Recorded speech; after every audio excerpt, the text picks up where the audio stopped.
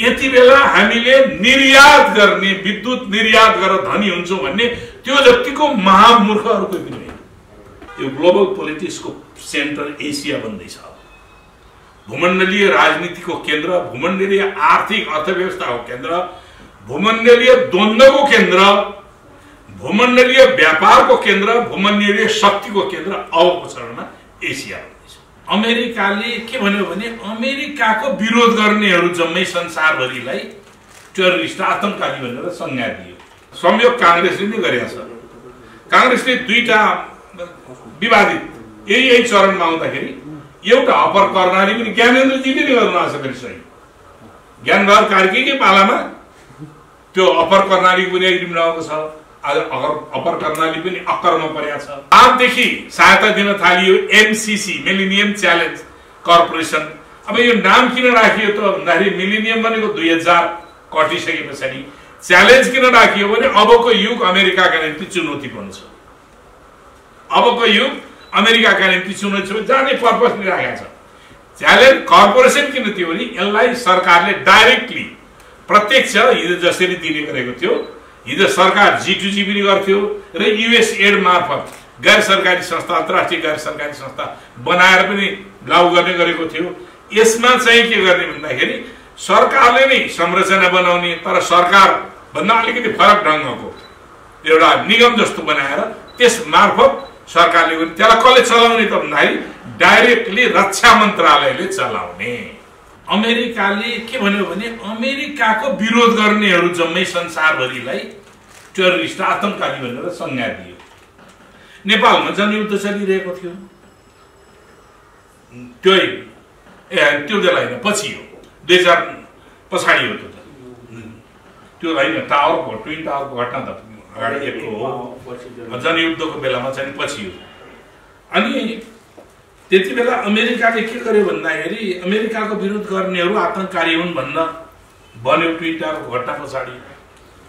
अब अमेरिकाले आफ्नो फरेन पोलिसी सम्बन्धमा केही नयाँ आयामहरूको सुरुवात गर्न थाल्यो, नयाँ परिभाषा दिन थाल्यो। त्यो परिभाषा दिने दौरानमा संयुक्त राष्ट्र संघले संसारका विकसित र धनी राष्ट्रहरूले गरिब राष्ट्रलाई दिने सहायताको राशि विकसित राष्ट्रहरूलाई तोकेको थियो। आफ्नो आम्दानीको मुनाफाको 0.7% चाहिँ नि मुनाफाको रकम गरिब अविकसित राष्ट्रहरूलाई दिनुपर्छ भनेर युएनले तोकेको थियो। सन् 2002 मा मेक्सिकोमा एउटा मिटिङ भयो, युएनले नै आयोजना गरेको ब्याङ्कर्सहरूको मिटिङ थियो। त्यसमा जर्ज डब्ल्यू बुश जुनियर त्यसमा पार्टिसिपेट गरेका थिए। उनले त्यो ठाउँमा अमेरिकाले दिँदै आएको सहायतामा डबल गर्छु पनि भने, तर 0.7% पुगेका थिएन। चान्सुन 0.3 के कति पर्सेन्ट थियो। र संशय के भयो त भन्दाखेरि उनले अब अमेरिकाले विश्वमा दिने सहायतालाई एउटा नयाँ परिभाषा गर्छ भनेर उनले त्यो नयाँ परिभाषामा के गरिदियो त भन्दाखेरि अमेरिकाको सुरक्षा रणनीतिलाई मध्यनजर गरेर दिने। त्यो सुरक्षा रणनीतिलाई मध्यनजर गरेर दिँदाखेरि केही ठाउँमा त्यो थ्रेसहोल्ड अथवा चाहिँ केही चाहिँ आधारहरू तयार पार्ने, त्यो आधारहरू ती राष्ट्रहरूले पूरा गरे भने मात्र दिने भन्ने भन्यो। र सबभन्दा प्रमुख कुरा उनले के गर्यो त भन्दाखेरि त्यो चाहिँ त्यो दिने तरिकामा अमेरिकाको नेशनल सेक्युरिटी प्रोस्पेक्ट, राष्ट्रिय सुरक्षा अवधारणा अन्तर्गत मात्रै त्यो दिने भनेर अमेरिकाले 2002 मा त्यो कन्सेप्ट ल्यायो। 2003 मा त्यो एमसीसी मिलेनियम च्यालेन्ज कर्पोरेसनको एक्ट बनाउने काम हो। जनवरी 2004 मा त्यो एक्ट बन्यो। त्यसपछि 2005 मा पहिलो पटक मेडागास्कर भन्नेलाई $110 मिलियन त्यो एग्रिकल्चरमा लगानी गर्न दियो। 13 लाख चान्चुन हेक्टर जमिन कोरियन कम्पनीले पायो। अब अहिले त्यो ब्रेक भइसक्यो र कोरियन कम्पनीले त्यहाँबाट उत्पादन गरेर बाहिर मार्केटमा मात्रै पठाउने हुँदाखेरि त्यहाँको आधारभूत जनतामा त्यसको परिवर्तनको कुनै पनि लाभ प्राप्त भएको छैन। 8वटा कन्ट्रीहरूमा त्यो चाहिँ मिलेनियम च्यालेन्ज कर्पोरेसन अन्तर्गतको सहायता चाहिँ ब्रेक भएको छ। अब यो पहिलो कुरा हो। अब हाम्रो हामी कहाँ कसरी आइपुग्यो त? अब फेरि अलिकति पछाडि जाउँ थोरै। यो ग्लोबल पावर जब ब्यालेन्समा चाहिँ तलमाथि हुन्छ, विश्व राजनीतिक सन्तुलन र त्यस्ता संयन्त्रहरू निर्माण गर्ने काम पनि भइरहेको हुन्छ। सोभियत युनियन र अमेरिकाको बीचको द्वन्द्व थियो 1960 मा। त्यति बेला अमेरिकाकै लिडरसिपमा एसिया पेसिफिक भनेर एउटा अर्गनाइजेसन बन्यो। एसिया पेसिफिक 1960 मा बन्यो। त्यसलाई अमेरिकाले लिड गरेको थियो। त्यो खास गरिकन एसिया र पेसिफिक ओसनका वरिपरिका कन्ट्रीहरू र समाजवाद विरुद्धमा ती कन्ट्रीहरूलाई प्रयोग गर्ने र तिनीहरूलाई व्यापारिक फ्री ट्रेडका नाममा उनीहरूलाई एकीकृत गर्ने काम भइरहेको थियो अमेरिकाको लिडरसिपमा। अब यो भयो सन् 1967 मा आएर आसियान, फेरि दक्षिण पूर्वी एसियामा आसियान भन्ने संस्था बनेको छ। त्यो आसियान चीनको समाजवादको उदय पछाडि आसियान भन्ने संस्था बनेको छ। म अहिले धेरै त्योतिर व्याख्या गर्न जाँदैन। यसरी त्यो ग्लोबल पावरमा आफ्नो अनुकूलतामा त्यस्ता संरचनाहरू निर्माण गरेर जाने काम भएको छ। सोभियत युनियनको विघटन 1969 मा भएर चीनमा खुल्ला नीति आइसके पछाडि 69 मा के अरे 79 मा चीनमा खुल्ला नीति आयो। खुल्ला नीति आइसकेपछि चीनको आर्थिक विकास तीव्र ढङ्गले बढिरहेको देखा पर्यो र प्रविधिको विकासमा पनि चीनले प्रविधि आयात गरेर आफ्नै मुलुकमा त्यसलाई प्रविधि ट्रान्सफर गरेर धेरै तीव्र ढङ्गले अगाडि गएको देखिसके पछाडि अनि ग्लोबल पावरहरूको बीचमा अब कसरी जाने त भन्ने कुराहरूको एउटा ठुलो सरगर्मी भएको छ। 2000 पुगिसकेपछि अब यसलाई चाहिँ नि अर्को एस्पेक्टमा लैजानुपर्छ भन्ने कुराहरू भएको थियो। अब यो 2008 मा आएर अब हेर्नुहोस् है, 5 देखि सहायता दिन थालियो एमसीसी, मिलेनियम च्यालेन्ज कर्पोरेसन। अब यो नाम किन राखियो त भन्दाखेरि मिलेनियम भनेको 2000 कटिसके पछाडि, च्यालेन्ज किन राखियो भने अबको युग अमेरिकाका निम्ति चुनौतीपूर्ण छ। अबको युग अमेरिकाका निम्ति चुनौती जाने पर्पसले राखेको छ। च्यालेन्ज कर्पोरेसन किन थियो भने यसलाई सरकारले डाइरेक्टली प्रत्यक्ष हिजो जसरी दिने गरेको थियो, हिजो सरकार G2G पनि गर्थ्यो र USAID मार्फत गैर सरकारी संस्था, अन्तर्राष्ट्रिय गैर सरकारी संस्था बनाएर पनि लागू गर्ने गरेको थियो। यसमा चाहिँ के गर्ने भन्दाखेरि सरकारले नै संरचना बनाउने, तर सरकार भन्दा अलिकति फरक ढङ्गको एउटा निगम जस्तो बनाएर त्यस मार्फत सरकारले पनि त्यसलाई कसले चलाउने त भन्दाखेरि डाइरेक्टली रक्षा मन्त्रालयले चलाउने। किन? यो सेक्युरिटीको सुरक्षा, अमेरिकाको सुरक्षा मामलासँग जोडिएको कारणले यसलाई रक्षा मन्त्रालयले चलाउने भनेर रक्षा मन्त्रालयको मार्फत सञ्चालन गर्ने भनेर त्यो एमसीसी बन्यो। अब यो एमसीसी बन्यो सन् 2008 मा आइसकेपछि, नेपालमा शान्ति प्रक्रिया अगाडि बढिसकेपछि अब उनीहरूले सहायता दिने कुराहरूमा क्याटेगोराइज गर्ने, क्याटेगोरी गर्दाखेरि 3टा क्याटेगोरी गरेको देखिन्छ। हेर्नुहोस् है, एउटा गरिब विकासशील मुलुकहरू, दोस्रो द्वन्द्वबाट भर्खर निस्केका ट्रान्सफर्मेसनको संक्रमण कालमा गुज्रिरहेका, तेस्रो रणनैतिक रूपले अमेरिकाका निम्ति हितकर, अमेरिकाको फेभरमा रहेका मुलुकहरू जस्तो इजरायल, इजिप्ट जस्ता मुलुकहरू, केही मुलुकहरू छन् जसलाई रणनैतिक रूपले अमेरिकाका निम्ति हितकर बनिरहेका, जापान, साउथ कोरिया, यस्ता मुलुकहरू छन् जहाँ स्ट्रेटेजिक महत्त्वको चाहिँ अमेरिकाका निम्ति महत्त्वको काम गरिरहेका छन्। ती मुलुकहरूलाई सहायता दिने भनेर त्यो चिज बनायो। त्यो बनाइसकेपछि सन् 2008 मा अब हाम्रो मुलुकमा शान्ति प्रक्रिया आइसकेपछि, शान्ति प्रक्रिया नेपालमा अब यी तपाईले भनेको म के अरे खतिवडाजीले भनेको कुराहरू, यहाँ 7-8वटा मिनिस्टर, प्राइम मिनिस्टरहरू जोडिनु भएको छ, नजोडिएको होइन। कुराहरू प्रश्न छ, को हुनुहुने छ, झलनाथजीको पालामा सुरु भएको छ। झलनाथजी, केपीजी, प्रचण्ड, माधव, बाबुराम, खिलराज, शेरबहादुर, सुशील, फेरि केपी, 9 जना। अब यो भएको छ कुन भने शेरबहादुरजीको पालामा सम्झौता भएको छ, अहिले आएर केपीजी हुनुहुन्छ। अब संयोग काङ्ग्रेसले नै गरेको छ। काङ्ग्रेसले 2टा विवादित यही चरणमा आउँदाखेरि एउटा अपर कर्णाली पनि ज्ञानेन्द्रजीले नै गर्नु आशा गरी सही।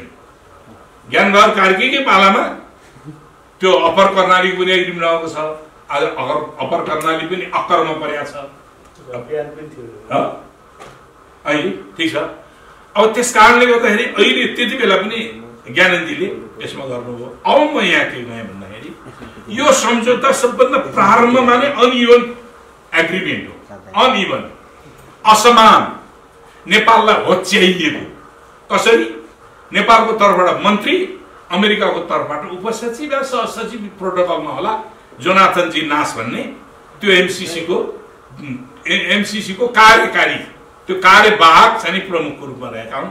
उनको बीचमा प्रारम्भमा नै एउटा ठुलो देशले अर्को सानो देशलाई होच्याएर एउटा कर्मचारीलाई सही गर्न लगाएर त्यसको त्यो कर्मचारीले सही गरेको कुरा नेपालले एउटा सॉवरेन कन्ट्रीले मान्नुपर्ने बाध्यात्मक स्थिति पारेको त्यो अनइभन एग्रिमेन्ट हो। अब यो ट्रिटी भनियो फेरि अर्को, यो treaty is not a treaty, यो ट्रिटी होइन, यो सन्धि होइन। यो के हो भन्दाखेरि करार सम्झौता हो, कन्ट्र्याक्ट एग्रिमेन्ट। ट्रिटीले अन्तर्राष्ट्रिय कानुन, ट्रिटीका निम्ति अन्तर्राष्ट्रिय कानुन आकर्षित हुन्छ, करार सम्झौताले अन्तर्राष्ट्रिय कानुन आकर्षित हुँदैन। डोमेस्टिक लको, अमेरिकाको डोमेस्टिक लले जति अनुमति दिन्छ, नेपालको डोमेस्टिक लले जति अनुमति दिन्छ, त्यसमा चाहिँ नि एग्रिमेन्ट हुन्छ करार सम्झौताहरूमा। यो ट्रिटी होइन, करार सम्झौता हो। तर हामीलाई यो सम्झौतामा यो चाहिँ सम्झौतामा चाहिँ के भनिदियो त भन्दाखेरि यो पार्लियामेन्टमा प्रस्तुत भएको सम्झौतामा 6.4 यसको दफा 6.4 ले यो अन्तर्राष्ट्रिय कानुनको मातहतमा भएको सम्झौता हो भनेर भनिदियो। किन भन्न पुग्यो त भन्दाखेरि पर्पसली राखिएको छ, उद्देश्यमूलक ढङ्गले राखिएको छ। त्यसकारणले गर्दाखेरि यो उद्देश्यमूलक किन राखियो त भन्दाखेरि यसका जतिपय प्रावधानहरू छन् जो नेपालको हितमा छैनन्, ती प्रावधानहरूलाई नेपालले मान्नुपर्ने बाध्यता गराउनका निम्ति यसलाई सम्झौतामा त्यो उल्लेख गरियो कि यो अन्तर्राष्ट्रिय कानुनको मातहतमा रहेको सम्झौता हो भनेर भनियो। यो अनइभन ट्रिटी त्यस कारणले भएको छ। दोस्रो अब सम्झौताकारी अब अर्को के हुन्छ ट्रिटीमा बाइलेटरल, ट्राइलेटरल वा मल्टिलेटरल, है द्विपक्षीय, त्रिपक्षीय, बहुपक्षीय जति यसका सहभागी हुन्छन् ती सहभागीहरू केही न केही उनीहरूको अब्लिगेसन, तिनीहरूको बाध्यकारी हुन्छन् पालन गर्नुपर्ने, शर्तहरूका पालन गर्न। यो चाहिँ के छ त भने युनिल्याटरल, एकपक्षीय बाध्यकारी छ। अमेरिकाले बाध्य गराउने मात्रै छ, अमेरिकासँग भएको छ, अमेरिकाले नेपाललाई बाध्य गराउने एकपक्षीय छ। ट्रिटी यस्तो हुँदैन, ट्रिटी बहुपक्षीय, त्यसको चाहिँ नि बाध्यकारी, त्यसलाई चाहिँ पालन गर्नुपर्ने कतिपय शर्तहरू हुन्छन्, ती बहुपक्षीय हुन्छन्। यसमा त्यो चाहिँ छ। अब अर्को त्यसैले यो ट्रिटीलाई मैले के भने प्रारम्भमा नै के भने यो अनइभन एग्रिमेन्ट हो, जुन एग्रिमेन्टलाई सम्झौतामा नै के उल्लेख गरिदियो भने यो अन्तर्राष्ट्रिय कानुन यसमा आकर्षित हुन्छ भनेर बलजफ्ती भनियो। किन भनियो त भन्दाखेरि धारा 7.1 ले त्यसको दफा 7.1 के छ, यो 7.1 मा यो सम्झौतासँग नेपालको मूल कानुन, नेपालका कानुनहरू बाजिएको हदसम्म यो सम्झौता लागू हुनेछ, कानुनहरू लागू हुने छैनन् भन्ने कुरालाई कार्यान्वयन गराउनका निम्ति।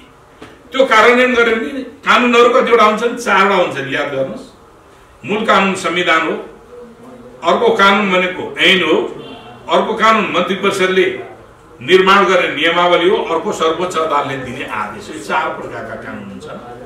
यो चारैवटै कानुनलाई सुपरसिड गर्छ, यिनीहरूभन्दा माथि भयो।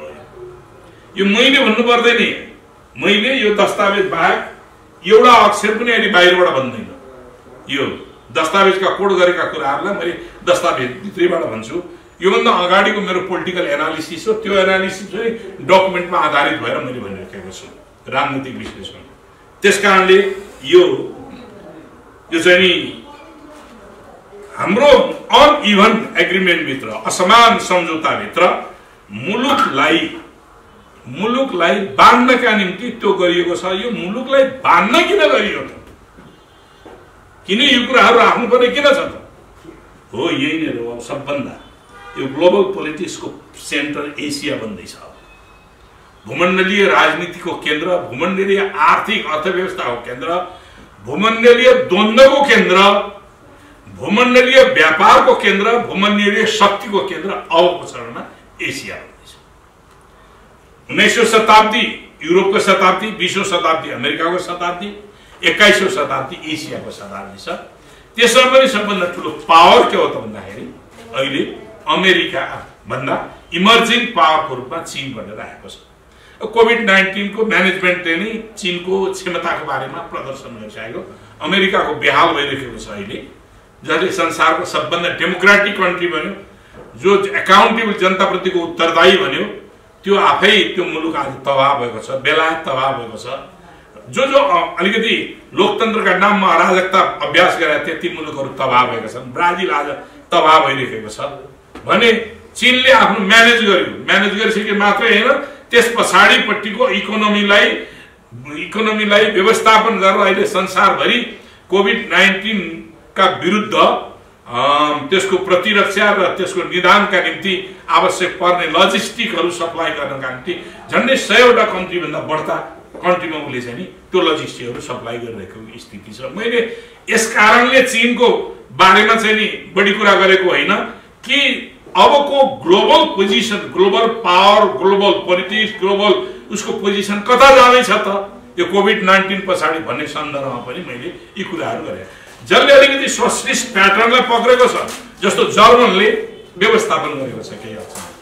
जर्मनमा धेरै मरेनन् मान्छेहरू, केही हदसम्म त्यहाँको राज्य संयन्त्रले त्यो कुरालाई व्यवस्थित गर्यो, केही सोशलिस्टिक प्याटर्नबाट त्यसलाई म्यानेजमेन्ट गरिराखेको छ भने अब जसले फ्रिडम उदार लोकतन्त्रको पक्षमा, उदार अर्थव्यवस्थाको पक्षमा वकालत गरेका थिए, ती मुलुकहरू आज तबाह भइरहेका छन् त्यसलाई म्यानेज गर्न नसक्दाखेरिको स्थितिमा।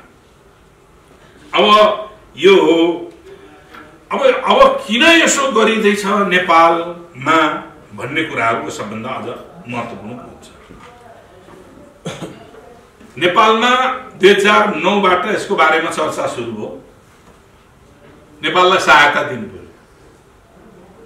नेपाल एउटा युद्धबाट शान्तिपूर्ण संक्रमण कालमा आइरहेको छ, त्यो नेपाललाई सहायता दिनु पर्यो भन्ने कुराहरू उठिसके पछाडि यो नसोच्नु होला नेपालीहरू आफैले त्यो डिजाइन गरेर त्यो सहायता मागेका हुन् नसोच्नु होला। यो डिजाइन गर्ने, यो प्रोजेक्टहरूको डिजाइन गर्ने अमेरिकन टेक्नोक्र्याट छन् र यसको डिजाइन गर्नका निम्ति बस्ने नेपालीहरू वर्ल्ड ब्याङ्कका रिक्रुटेड मान्छेहरू छन्।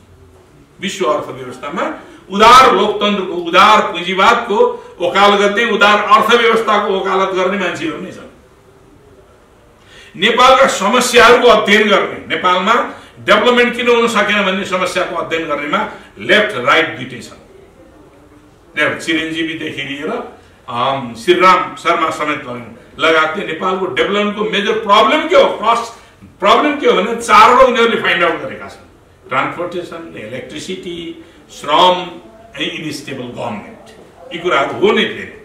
ट्रान्सपोर्टेसनको अभाव छ, इलेक्ट्रिसिटी हामीले सप्लाई गर्न सकिरहेको छैन, लेबर प्रब्लमको बारेमा हामीले चाहिँ नि एउटा निश्चित दृष्टिकोण बनाउन सकेका छैन, इनस्टेबल गभर्नमेन्ट हुँदै थियो, अस्थिर सरकारहरू थिए, जसले गर्दाखेरि नीतिहरू बारम्बार परिवर्तन भइरहने स्थितिहरू थियो।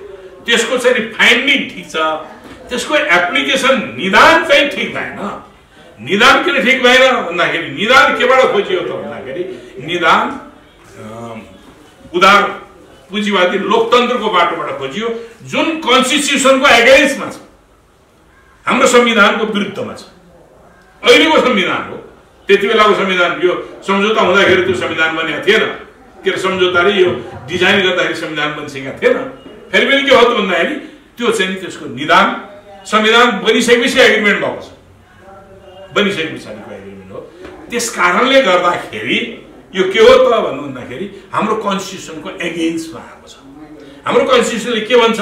समाजवाद उन्मुख समाज निर्माण गर्ने भन्छ।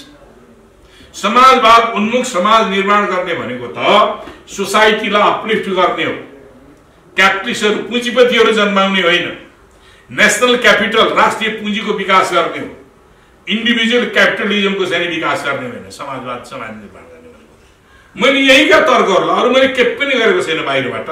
यो दस्तावेजमा के छन्, दस्तावेजसँग जोडिएका विचारहरू के छन्, त्यसलाई आधारित गरेर मैले कुराहरू विश्लेषण गरिरहेको छु।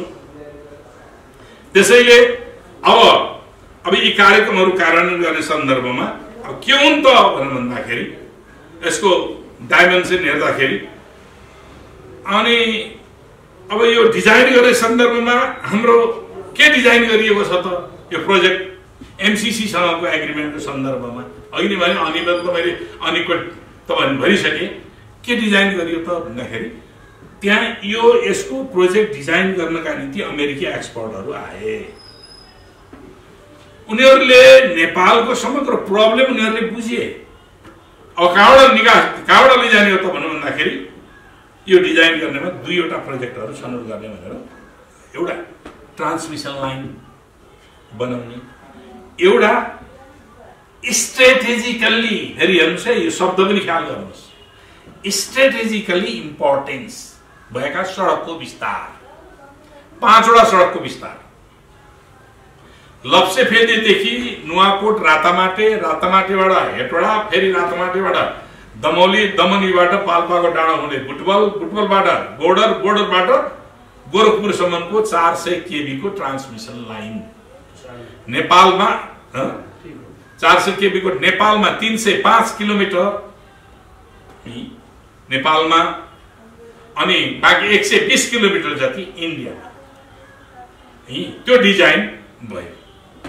अब यो किन आइसोलेटेड फर्ममा यहीँनिर हो समस्या। हाम्रो नेशनल ग्रिड के छ त पूर्व पश्चिम राजमार्गलाई आधारित गरेर 132 केबी को पूर्व पश्चिम राजमार्गलाई आधारित गरेर हाम्रो ग्रिड छ। नेशनल राष्ट्रिय प्रसारण लाइन उत्पादन भएका बिजुली जति त्यहाँ ल्याएर त्यहाँ जम्मा गरेर अनि डिस्ट्रिब्युसन गरिन्छ। अहिले विद्युत प्राधिकरणले हामी विद्युत पनि उत्पादन गर्दैछौँ बढी। अबको हाम्रो लक्ष्य पनि के छ त भन्दाखेरि लगभग 10 वर्षमा 15,000 मेगावाट बिजुली उत्पादन गर्ने भन्ने लक्ष्य पनि हामीले बनाएका छौँ। त्यसो भइसके पछाडि हाम्रा केही विद्युत उत्पादन गर्नका निम्ति पनि तयारी भएर बसेका छन्, केही पाइपलाइनमा छन्, केही पनि राखेका छन्। त्यसो हुँदाखेरि हाम्रो विद्युत इभ्याकुएसन भन्छ क्या, विद्युत उत्पादन गरेर नेशनल ग्रिडमा हाल्नेलाई इलेक्ट्रिसिटी इभ्याकुएसन भन्नु भनिन्छ। त्यो गर्नका निम्ति ट्रान्समिसन लाइनको विस्तार गर्ने भनेर अपग्रेड गर्ने भनेर अहिले दोबी ढल्केबर त्यो कार्यक्रम करिब अन्तिम चरणमा पुग्दैछ। ढल्केबरदेखि हेटवडासम्मको कार्यक्रम पनि बन्दैछ 400 केबी को बनाउने र इन्डियासँग हामीले विद्युत आदान प्रदान हामीसँग भएको बिजुली उता पठाइदिए डबल सर्किटको हामीलाई नपुगेको बेलामा इन्डियाबाट लिएर आउने, ड्राई सिजनमा इन्डियाबाट लिएर आउने, वेट सिजनमा हामीले इन्डियालाई दिने। डिमान्ड उता बढी हुन्छ वेट सिजनमा अथवा गर्मीको बेलामा। आजभोलि इन्डियामा डिमान्ड बढी हुन्छ, हिउँदमा हामी कहाँ डिमान्ड बढी हुन्छ, यसरी हामी कहाँ बिजुली बढी भएको बेलामा उता पठाउँछौँ। यसरी हाम्रो म्यानेज गरेको थियो ट्रेड, इलेक्ट्रिसिटी ट्रेड म्यानेजमेन्ट यसरी गरेको थियो। त्यो 400 केबी को मुजफ्फरपुर ढल्केबरको 400 केबी को प्रसारण लाइन बनिसकेको छ। It's it already completed. त्यो अपरेसनमा पनि करिब करिब आइसकेको छ। अब यो के अरे अब तपाईको अपर कर्णाली के अरे अपर तामाकोसीको विद्युत पनि खिम्ती हुँदै ढल्केबरमा जोड्ने ट्रान्समिसन लाइन पनि बनिसकेको छ, तामाकोसी बनिसकेको छ।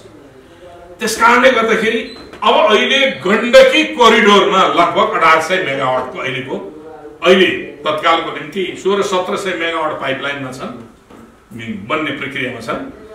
लगभग 7-8 वर्षको बीचमा 2200-2300 मेगावाट विद्युत, 7-8 वर्षको बीचमा 2200-2300 मेगावाट विद्युत हुन्छ। हामीले त्यहाँबाट उत्पादित बिजुलीलाई कि बुटवल कि नारायणघाटमा जोड्नु पर्ने त्यो हुन्छ। त्यसको निम्ति विद्युत चाहिँ हबहरू निर्माण गर्ने त्यो निकासी दिने कुराहरू हुन्छ। तर मलाई के अहिलेसम्म म जस्टिफाइड हुन सकेको छैन र यसमा बहुत मलाई गम्भीर भएको छ। यो लप्सेफेदीदेखि तनहुँ हुँदै रातामाटे, तनहुँ हुँदै पाल्पाको डाँडो, नुवाकोट डाँडो, डाँडोबाट बुटवल झर्ने यो किन त्यो बन्दैछ मलाई थाहा छैन अहिलेसम्म। मैले हल्ला धेरै सुनेको छु, हल्लालाई मैले अहिले पुष्टि गर्दिनँ। हल्ला पछाडि धेरै कुराहरू हुने गर्दछन्। त्यो किन बन्दैछ मलाई थाहा छैन। फेरि यो कुन बेला डिजाइन गरिएको छ जुन बेला 18 घण्टाको विद्युतको लोड सेडिङ भएको छ नेपालमा, 18 घण्टा लोड सेडिङ। पहिलो कर्तव्य त सरकारको त्यो लोड सेडिङ कम गर्नका निम्ति अथवा लोड सेडिङ हटाउनका निम्ति योजना बनाउने हो नि, विद्युत उत्पादन गर्ने र वितरणको व्यवस्थापन गर्ने। दोस्रो के हुने हो, विद्युत नपुगेका ठाउँमा नेशनल ग्रिडहरू पुर्याउने र डिस्ट्रिब्युसन लाइनहरू बनाएर सिङ्गो देशव्यापी रूपमा विद्युतीकरणलाई अगाडि दिने। चौथो के हो त भन्दाखेरि नेपालको डिमान्ड भएको ठाउँ कहाँ हो, सबभन्दा बढ्ता इन्डस्ट्रियल सेन्टरहरू। ती ठाउँहरूमा अहिले डेडिकेटेड फिडरहरू, डेडिकेटेड लाइनहरू छन्। ती डेडिकेटेड लाइनहरू हटाएर जेनरल लाइनद्वारा नै त्यहाँ विद्युत आपूर्ति गरिदिने। पाँचौं के हो त भन्दाखेरि हामी एग्रिकल्चरमा विद्युतीकरण गर्ने। हाम्रो इरिगेसनको निम्ति क्यानलहरू बनेका छैनन्, हाम्रो पानी प्रशस्त इरिगेसन क्यानलहरू कम छन्। हुँदा हुँदा त 3 जना सुन्ने, 1 जना यहाँ पार्लियामेन्टमा त्यस्तै हुन्थ्यो कहिलेकाहीँ, त्यस्तै पो हुन थाल्यो त। म तपाईँ नसुन्दै बस्छु। ठिक छ, तपाईँ मात्रै सुनिदिनु भयो भने हुन्छ। अब मैले यो कुराहरूलाई तपाईँहरू बुझ्नुभयो भने यसको मूल समस्या त्यहाँ देखिन्छ। अर्को हामी अहिले नै हामीले एग्रिकल्चरमा विद्युत हामीले चाहिँ खपत गर्ने हो भने लगभग 5 देखि 700 मेगावाट विद्युत एग्रिकल्चरमा जान्छ। बोरिङ, डिप बोरिङबाट पानी तानेर इरिगेसन गर्नका निम्ति त्यसले एग्रिकल्चर प्रोडक्सनमा धेरै बुम आएको छ। अब हामीले इरिगेसनलाई चाहिँ नि अर्को के हो त भन्दाखेरि लिफ्ट इरिगेसनहरू हुन्छ। यी लिफ्ट इरिगेसन गर्ने, नदीबाट पानी निकालेर तानेर कुलामा हालेर चाहिँ नि पानी चलाउने। जबसम्म हामीले बाँध बनाउन सक्दैनौँ, इन्टेक बनाउन सक्दैनौँ, त्यस स्थितिमा हुन्छ। त्यो कुराहरू गर्नुपर्ने, त्यसरी विद्युत खपत विस्तार गर्नुपर्ने। यति बेला हामीले निर्यात गर्ने, विद्युत निर्यात गरेर धनी हुन्छौँ भन्ने त्यो जतिको महामूर्ख अरू कोही पनि होइन। विद्युत निर्यात गरेर, कच्चा पदार्थ निर्यात गरेर संसारमा कुनै पनि देश धनी भएको छैन र हुँदैन। लोटसल्ला हामीले यहाँबाट त्यो क्यान्सरको एम्पुल बन्छ अरे, लोटसल्ला हामीले यहाँबाट इन्डियामा सप्लाई गर्छौँ 25 रुपियाँ रोयल्टी लिएर, जम्मा पर केजी 25 रुपियाँ रोयल्टी लिएर। हाम्रो डोल्पा जिल्लाबाट यार्सागुममा तस्करहरूको हातमा जान्छ वार्षिक 16 अरब, यसबाट त भएन, नत्र वार्षिक 16 अरबको यार्सागुममा जान्छ। 20 केजी यार्सागुममा लिनका निम्ति हेलिकप्टर चार्टर हुन्छ भने रिसोर्सेसहरू कहाँ छन् र कसरी दुरुपयोग भएको छ भन्ने कुरा हाम्रो अगाडि मोबिलाइजेसनपट्टि हामी जाँदैनौँ। किनभने त्यो रिसोर्स मोबिलाइजेसन अलिक कम्प्लिकेटेड छ, अलिक जटिल छ, अलिक मेहनती छ। हामी कतै जान्छ इजी मनी खोज्दै जान्छौँ, कहाँबाट कुन देशले मेरो टोयलेट बनाइदिनका निम्ति अनुदान दिन्छ कि के गर्छ, अथवा मेरो चाहिँ के बनाउनका निम्ति गरिदिन्छ कि भन्ने खालका कुरा मात्रै हामी त्यहाँ केन्द्रित हुन्छौँ। त्यस कारणले गर्दाखेरि हाम्रो रिसोर्स मोबिलाइजेसनको दिशामा गएर डेभलपमेन्टलाई अगाडि बढाउने भन्दा पनि भिखारी प्रवृत्ति, हिजोदेखि भएको भिखारी प्रवृत्ति, अमेरिकाले हामीलाई 50 करोड डलर दिँदैछ। बापरे बाप, यत्रो पैसा। त्यसमै हामीले राजनीति यो उमेरमा आउँदासम्म राजनीतिक हिसाबले लामो समय हामी बिताएका छौँ र कुन ठिक र कुन बेठिक हो भन्ने कुराको पनि सापेक्षिक ज्ञान छ। आज केही बुर्जुवाहरू, केही यो राष्ट्रघाती शक्तिहरू, राष्ट्र विरोधी तत्त्वहरूले के बुझ्छन् भने नेपालमा जे भइरहेको छ, पुँजीवादी देशहरूले, पुँजीवादी विश्वले, पुँजीवादी एजेन्डाले जे गरिरहेको छ त्यो सबै ठिक छ र तिमीहरूले सहजरूपमा मान्नुपर्छ भन्ने गर्छ।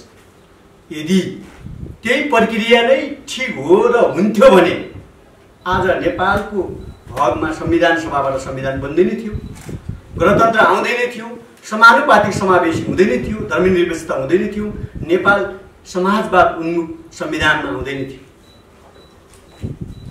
हिजोको दिनहरूमा स्वयं केपी ओलीले प्रधानमन्त्री हुनुहुन्छ, जसले उहाँले गणतन्त्रको कल्पना गर्नुभएको थिएन। नेपालमा गणतन्त्र संहिता उहाँको दिमागमा थिएन, तर समय र परिस्थितिले गर्दा आज गणतन्त्र नेपालको कार्यकारी प्रमुखको रूपमा केपी ओली प्रधानमन्त्री हुनुहुन्छ। आज यही विषय अहिले भर्खरै नक्सा हामीले नेपालको तर्फ सरकारको तर्फबाट नक्सा सार्वजनिक भयो, जुन यही केपी ओली सरकारले अहिले सार्वजनिक गरेर हामी धन्यवाद टक्राएका छौँ। यही केपी ओली सरकार, केपी ओली स्वयंज्यूलाई पनि, प्रधानमन्त्रीलाई पनि योभन्दा अगाडि यो चेतना थिएन। त्यो नेपाली जनताको चाहना, इच्छा, नेपाली जनताको दबाब, नेपाली जनताको मत के हो भन्ने कुरा पहिलो कुरा नेपालका शासक वर्गहरूले बुझ्नुपर्छ। आज हामी हेर्छौँ एमसीसीको बारेमा हामी सहजै बुझ्न सक्छौँ। एमसीसीको बारेमा धेरै सूत्र प्रयोग गरेर बुझ्नु जरुरी केही पनि छैन। आज पुँजीवादी देशहरूले गरिब राष्ट्रहरूलाई कसरी शोषण गर्छ भन्ने कुरा एक हिसाब किताब हामीलाई थाहा छ। दक्षिण पूर्वी एसियामा सुरुमा बेलायत र फ्रान्सले कम्युनिस्ट प्रभाव रोक्नको लागि, कम्युनिस्ट विस्तार रोक्नको लागि र दक्षिण पूर्वी एसियाका गरिब राष्ट्रलाई आफ्नो हातमा लिनको लागि प्रतिस्पर्धा गर्ने। जब द्वितीय विश्वयुद्ध हुन पुग्यो त्यति बेला बेलायत र फ्रान्स कमजोर भयो र अमेरिका र रुस त्यसमा दक्षिण पूर्वी एसियामा अगाडि बढ्यो। पछिल्लो चरणसम्म आउँदा दक्षिण पूर्वी एसियामा पेसिफिक क्षेत्रमा रुस, चीन र अमेरिकाको त्रिपक्षीय शक्ति सङ्घर्षको थलो बन्न पुग्यो। त्यसै गरी दक्षिण एसियाको हिसाबले हेर्दाखेरि सुरुमा बेलायतको एकलौटी थियो, पछिल्लो चरणमा आउँदा यो दक्षिण एसिया पनि त्रिपक्षीय शक्ति सङ्घर्षको चपेटामा परेको छ। आज हामी सहज रूपमा बुझ्छौँ पुँजीवादी राष्ट्रहरूले कसरी कमजोर राष्ट्रलाई शोषण गर्छ। कच्चा पदार्थ सस्तोमा किनेर महँगोमा बेचेर, शर्त अनुदान ऋण दिएर, तर विभिन्न शर्तमा ऋण दिएर, सल्लाहकार आफै पठाएर, आफ्नो शर्त तिर्स्याएर, आफ्नो योजना पेश गरेर र आफ्नो योजना लागू गर्न बाध्य बनाएर त्यो गरिन्छ। हामी हेरिरहेका छौँ। त्यस कारणले गर्दाखेरि एमसीसीको सम्झौता, एमसीसी सम्झौता नेपालको सन्दर्भमा कुनै पनि हालतमा राष्ट्रको पक्षमा छैन, राष्ट्रिय स्वाधीनताको पक्षमा छैन, नेपालको संविधानको पक्षमा छैन, नेपालको कानुनको पक्षमा छैन र नेपाली राष्ट्रियता माथि ठुलो यसले प्रश्न चिन्ह खडा गरेको छ। यो सहज रूपमा हामीले बुझ्छौँ। त्यस कारणले गर्दा हामी भन्छौँ एमसीसी सम्झौता खारेज हुनुपर्छ। कुनै किसिमको यसमा चाहिँ कुनै एउटा नाटक देखाउनु पर्दैन। यदि संसदले खारेज गर्ने हिम्मत राखेन भने जनताले संसदलाई खारेज गरिदिन्छ। यो कुरा राम्रोसँग बुझ्दा हुन्छ।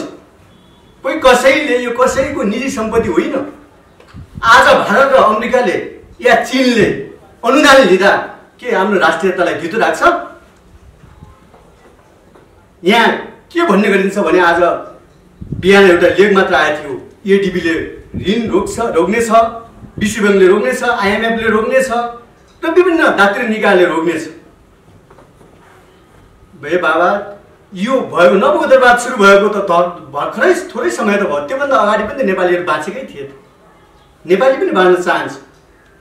त्यसो भएको हुनाले कुनै प्रकारको विभिन्न प्रकारको शर्त या सम्झौता राखेर नेपालको राष्ट्रियतामाथि खेलवाड गर्ने कामहरू जो कोहीबाट हुन्छ भने हामी छोड्नेवाला छैनौँ। त्यसो हुँदाखेरि यो विषय यति मात्र होइन, यो एउटा नजिर पनि बन्न सक्छ। भोलि अहिले अमेरिकाले एमसीसी मार्फत नेपाल सरकारले झुकाउने काम गर्यो भने भोलि भारत आउन सक्छ, भोलि चीन आउन सक्छ, भोलि जापान या जर्मन आउन सक्छ, जुनसुकै देशहरू आउन सक्छ। त्यसो भएको हुनाले यो नजिकको रूपमा नउभियोस् भन्ने हामी चाहन्छौँ। र संसदबाट पहिलो कुरा संसदले खारेज गरोस् भन्न चाहन्छु। यदि संसदबाट खारेज हुन सकेन भने कुन सम्झौता कसरी खारेज गर्नुपर्छ भन्ने कुरा 10 वर्ष जनित लडेका माओवादीलाई राम्रोसँग थाहा छ। धेरै कुराहरू टाढा जानु पर्दैन। हामी थाहा छ, हामीले बुझिएका छौँ बन्दुक बोक्नु अबको लागि ठिक छैन, तर पनि अब जनयुद्धको लागि बन्दुक नबोक्नु पर्ला। तर यो देशको अस्तित्व रक्षाको लागि, यो देशको सार्वभौम सत्ताको लागि राष्ट्रिय युद्ध गर्नु पर्यो भने पनि हामी तयारी अवस्थामा छौँ। आज यही हामीले हेरिरहेका छौँ। पुँजीवादी विश्व आज जो अमेरिका भनेर चिनिन्छ, अहिले कोभिड-19 का कारणले गर्दाखेरि विश्व मानव क्वारेन्टाइन र आइसोलेसनमा छ। तर अमेरिका योभन्दा अगाडि पनि आइसोलेसन र क्वारेन्टाइनमा गइसकेको छ। जलवायु सम्झौताबाट हात झिकेको छ, त्यो पनि क्वारेन्टाइन आइसोलेसनमा जानु नै हो।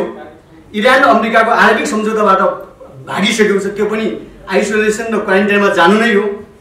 युनेस्कोबाट पनि अलग भइसकेको छ, त्यो पनि क्वारेन्टाइनमा जानु नै हो। हुलाई जो डब्ल्युएचओलाई दिएको सहयोगबाट पनि उनीहरू भाग्दैछ, त्यो पनि जानु। स्वास्थ्य सुरक्षाको हिसाबले आइसोलेसन आवश्यक छ, तर मानवीय भविष्यको निम्ति आइसोलेसन होइन, अब सोसियलाइजेसन चाहिन्छ। यो विश्वमा आज पुँजीवाद नराम्रो ढङ्गको जो प्रकारको सङ्कटमा उभिएको छ, त्यसको विकल्प अब के हुने?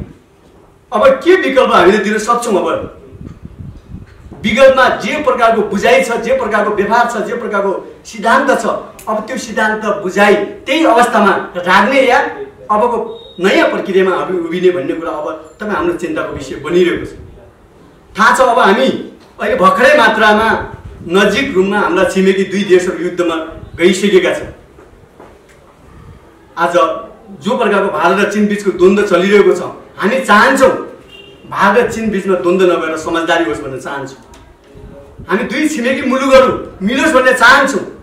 तर भारतीय दादागिरी हामी हेर्ने हो भने उसले जुन प्रकारको नेपालको भविष्यमाथि बारम्बार धावा बोल्दै आइरहेको छ, त्यसो भएको हुनाले आज पाकिस्तानमाथिको धावा, आज नेपालमाथिको धावा, एकातिर चीनमाथिको धावा, समग्र क्षेत्रमा भारतको दादागिरी र दावालाई जो प्रकारको हस्तक्षेपलाई हामी अब यसबाट हामी विरोध गर्न चाहन्छौँ र असल छिमेकी राष्ट्रको रूपमा उभियोस् भन्ने हामी चाहन्छौँ।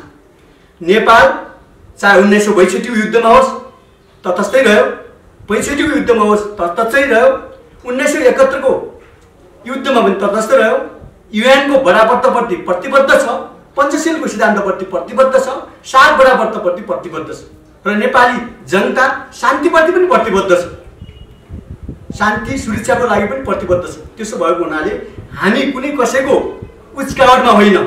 आज भारतले भन्ने गरेका छन्, हरेक मिडिया हरेक व्यक्तिहरूले भन्ने गर्छ भारतले नेपालका हरेक आफ्नो मौलिक कदमहरू पनि चीनको इसारामा नाचिएको छ भन्ने गरिन्छ।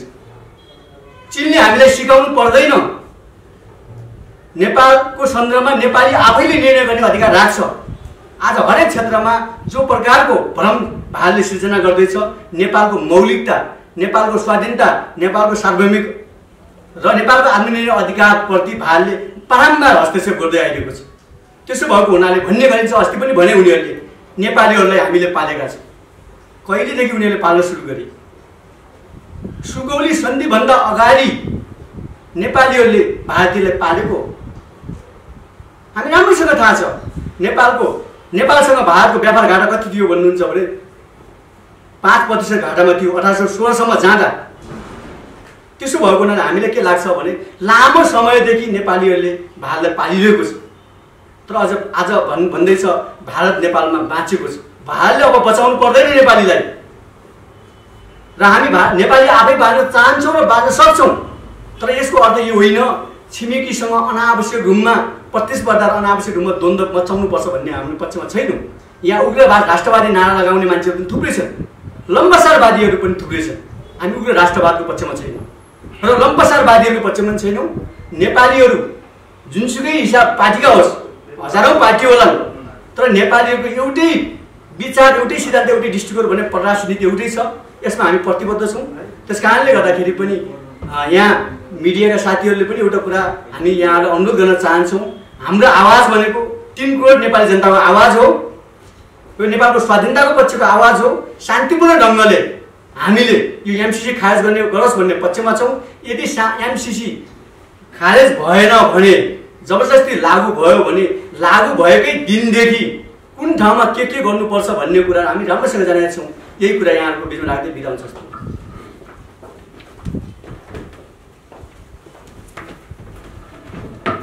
धन्यवाद। नेकपा माओवादी केन्द्रका महासचिव, उसो त माओवादीले चाहिँ हिजो 10% जनयुद्धमा जुन किसिमको कल्पना सोच गरेको थियो त्यो त्यही अनुसार अगाडि नबढे पनि माओवादी केन्द्रले उहाँले सँगसँगै हामीले बाँकी सपना पुरा गर्नुपर्छ भनेर नयाँ पार्टी फर्मेसन गर्नुभएको थियो। उहाँ बिदा पनि हुनुभएको छ, उहाँलाई धन्यवाद भन्दै म अब अगाडि बढाउन चाहन्छु। नेपाली कांग्रेसका युवा